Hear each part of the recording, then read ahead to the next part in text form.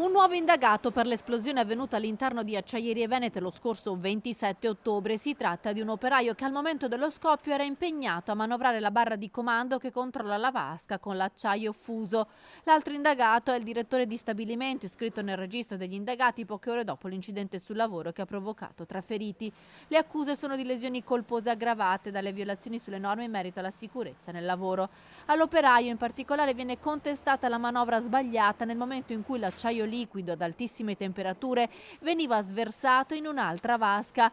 La quantità sarebbe stata eccessiva e una piccola dose sarebbe finita in una vasca di raffreddamento contenente acqua che ha provocato la reazione e lo scoppio fortissimo. Le indagini effettuate dai tecnici dello Spisal, coordinati dalla Procura, che nominerà a breve anche un esperto per chiarire ogni aspetto di questo nuovo incidente all'interno delle acciaierie, avvenuto a 5 anni di distanza da quello che provocò la morte di 2 operai.